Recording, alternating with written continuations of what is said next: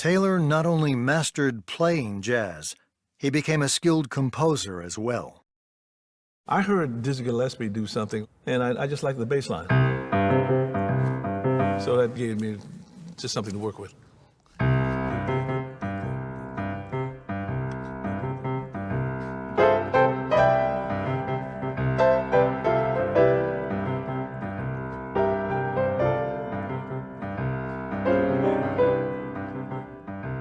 Like the early jazz musicians he idolized, Taylor has incorporated a mixture of sounds, from European classical to Latin American, into his personal style.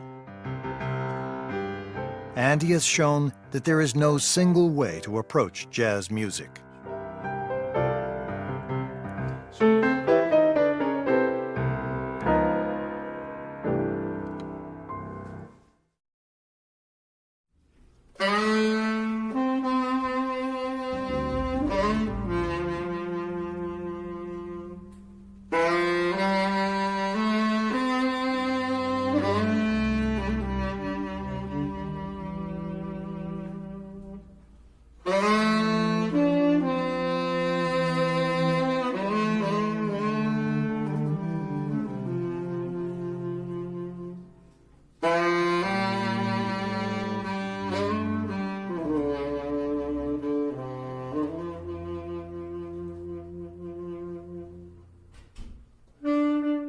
My name is Joe McPhee, and I like to think of myself as a musician.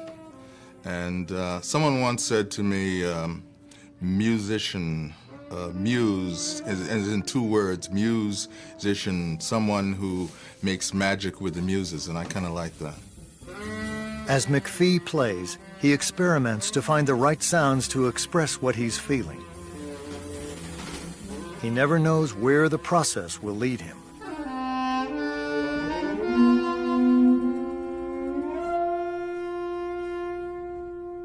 We never say, you start or I'll start. We get on stage and we listen. It begins with the first sound. That first sound sort of implies another possibility and another and another and another. And it sort of, I don't know if you'd say it's a kind of pyramid process or whatever, but it's a building process. There are a lot of dead ends, but we must investigate every possibility. For example, you're driving down the highway and you're traveling south. And you come across a big hole in the road. You can no longer travel south, but there are side roads that take you east or west or north. So that means at some point you will be going absolutely in the opposite direction of where you want to go. You have to keep in mind where you want to be, but you're going in the opposite direction. What do you discover? Other ways of solving that problem. Jazz is a very disrespectful art form. Almost any other style of music that you learn, you're told to imitate the people that went before you. In jazz, you have the exact opposite ethos. The jazz musician is told constantly to do something different. Musicians get on stage every night and improvise.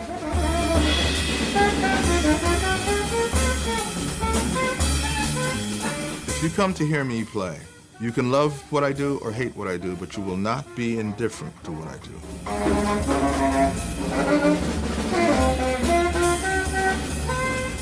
If you don't like it, say to me why you don't like it. I'll talk to you about it. You may not agree with me, and I may not agree with you, but at least we'll be able to communicate with each other. And that's all you can ask for.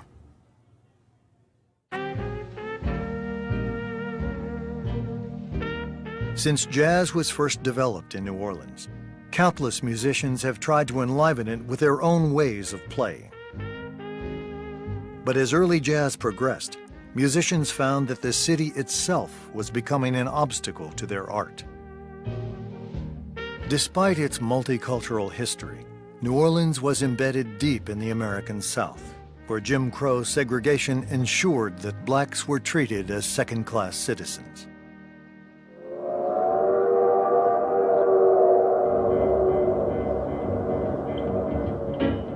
By the early 1920s, Many New Orleans artists, including Louis Armstrong, Sidney Bechet, and Jelly Roll Morton, joined a migration of blacks to Chicago, a city where blacks had greater freedom to live and to express themselves.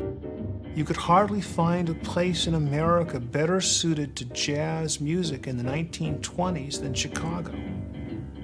There were opportunities to earn a livelihood. There were places to perform. But above all, there was this atmosphere of tolerance and freedom that was a great inspiration to artistry. Here's this street culture, this real new, fresh, like, I'm no longer sharecropping. I'm in a big city, and I'm wearing cool clothes like Jelly Roll Morton, and I'm seeing pretty women sashaying. And I'm going from church, and then I'm coming from a club, and then I'm hanging out in the streets all day. And there's music 24/7, saying that life is moving.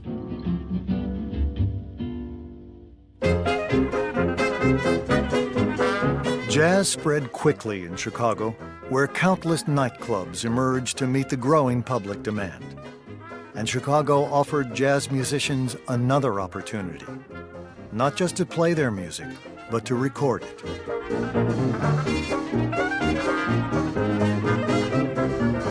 By the mid-20s, jazz records were selling throughout the country, and millions of Americans, both white and black, had a chance to hear jazz for the first time.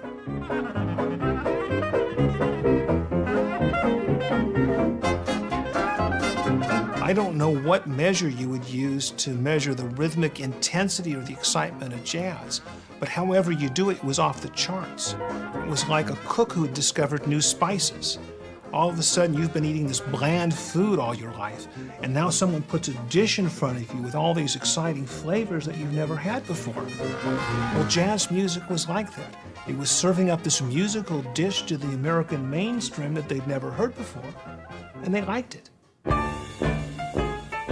Jazz no longer belonged to one group or city. It had become America's music.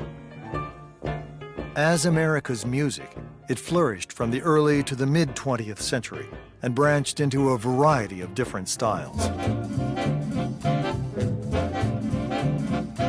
In the 30s, it was called swing. In the 40s, bebop.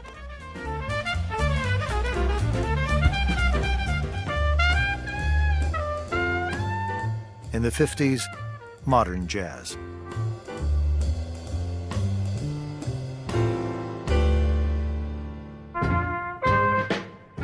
In the 1960s, jazz musicians sought to connect their music to the waves of social change happening around them.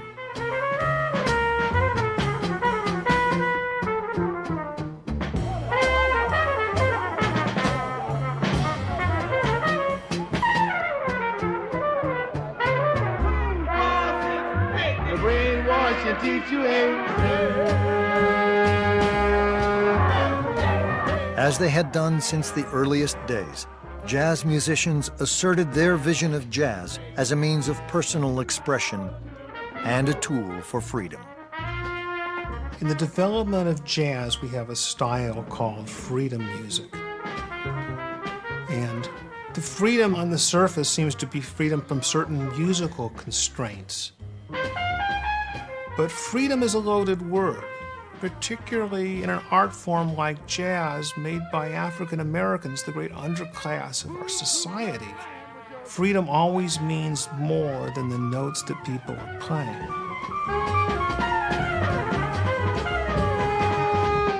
Freedom is a state of mind, freedom is a state of society. And these things all get mixed together in the freedom music of the 1960s.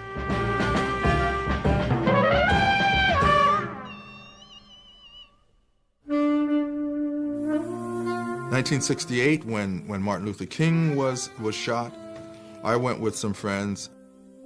I was in the front of all these people marching for Martin Luther King.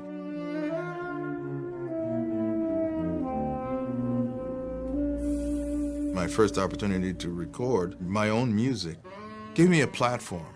And I thought, if I'm ever going to have a voice, if If I'm ever going to have an opportunity to make any kind of statement, this is going to be it, and that's what I chose to do.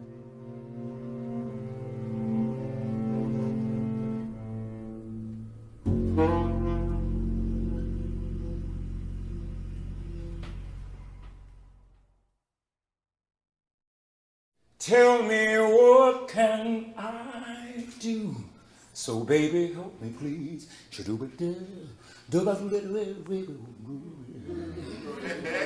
Have mercy on a fool like me. My name is Kahil El-Zabar, and I'm a musician and composer, and it's been my life's work since I was a child. I was always around music.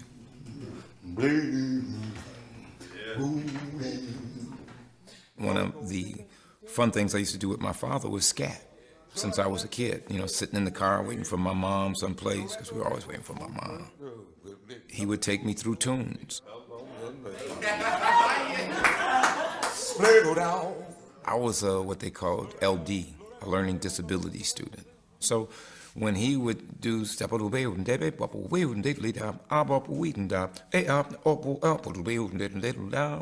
Apple by Bird, what oriented me to a certain kind of attention. And it became really a part of my way of expressing things.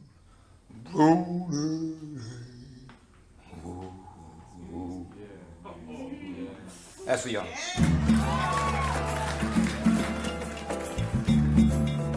El-Zabar grew up in Chicago in the 1950s and 60s, where he heard everything from bebop to free jazz.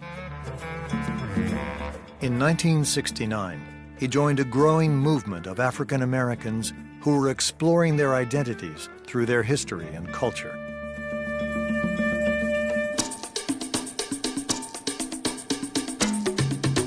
He traveled to Ghana, Africa, to study music in the continent where jazz had its earliest roots. Jazz could not have existed without African music. When you listen to African music, you're really struck by the spontaneity of it. Also, you really hear this great rhythmic intensity. In Ghana, El-Zabar felt that rhythm all around him, not just in music, but in everyday life. Rhythm permeates every aspect of existence. There's nothing in life without vibration, right? If it's alive, it vibrates. If it vibrates, it has a pulse. And if it has a pulse, there is a mathematical sequence of movement to that pulse, which is rhythm.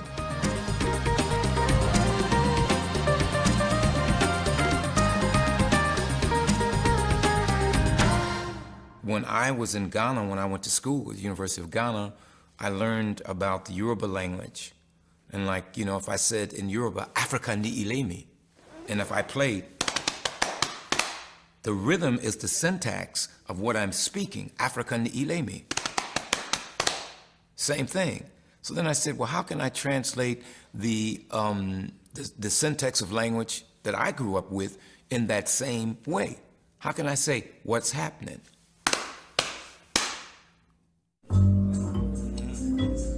After 3 years in Ghana, El-Zabar decided to take what he had learned and bring it back to America. My Asini Hene, which was like the big teacher, the Asini Hene saying, you do good, man. He said, when you speak Yoruba, you do good. But it's not your language. It's not your land. Your ancestors, yes, but you come from there. Can you sing a blues? I said, yeah, I can sing a blues. He said, that's your language. That's your language.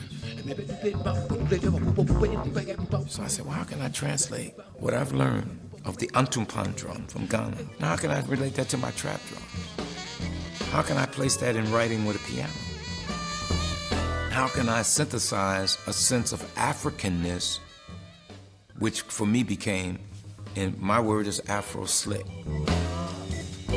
taking from that ancient, putting a contemporary spin of contemporary life and allowing myself to grow.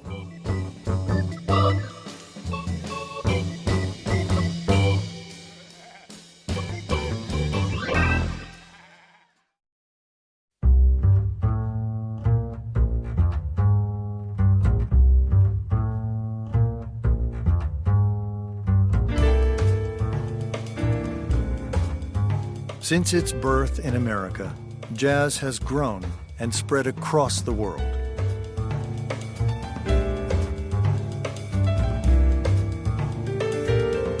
As it has spread, it has become a symbol of freedom. Freedom against oppressive governments. The freedom of an individual to sing or dance or to have a voice. I'm proud of the fact that jazz has literally gone around the world and made different people of the people that it has touched. There are so many people who come to us now and who have got the message about freedom to express yourself. The message that you can do something which everybody else feels, well, I don't think you can do that. And that's the same lesson that Africans got when they came to this country. And it's been spread in a way that I think no one else has been able to do to that extent.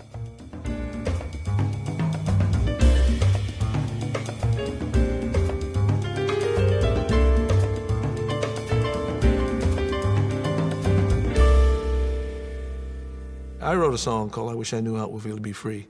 And at the time that I wrote it, I didn't know that. And I feel I know that now.